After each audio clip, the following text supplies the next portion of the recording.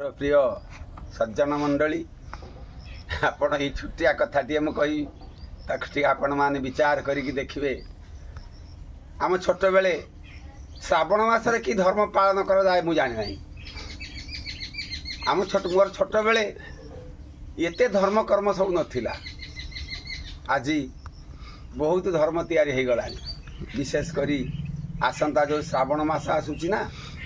श्रावण मासरे जो वर्षा प्रबल होता है से गोटे कि धर्म गोटे बाहरी भोले बाबा धर्म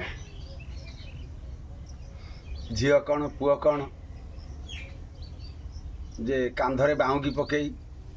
दीटा कलश नुटा को कांधे हल्ले हल्ले की आउ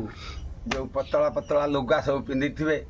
से पुणी गाधे थे गाधेला पर से उल्लग्न है भाया देखा जाऊ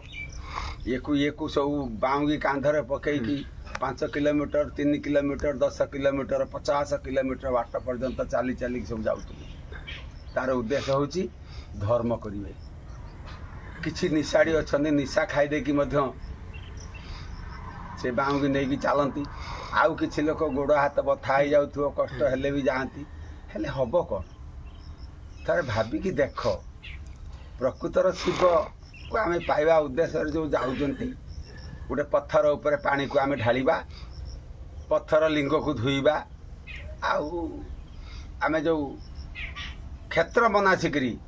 तीर्थ मनासिकी धर्म उद्देश्य जाऊँगी ता द्वारा मिले कौन थे भाविकी देखी केवल शारीरिक पीड़ा छड़ा आउ इज्जत मत जीवा छड़ा आउ किछि भी हटी मिले ना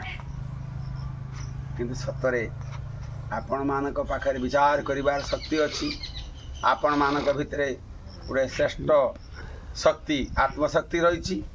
आपण माने निश्चित ताको विचार करिक देखंतु जे प्रकृतर ये जो बाउंगी फाउंगी धरी नड़िया गुटे गुटे मुंडेई आउ गाधेई पादेई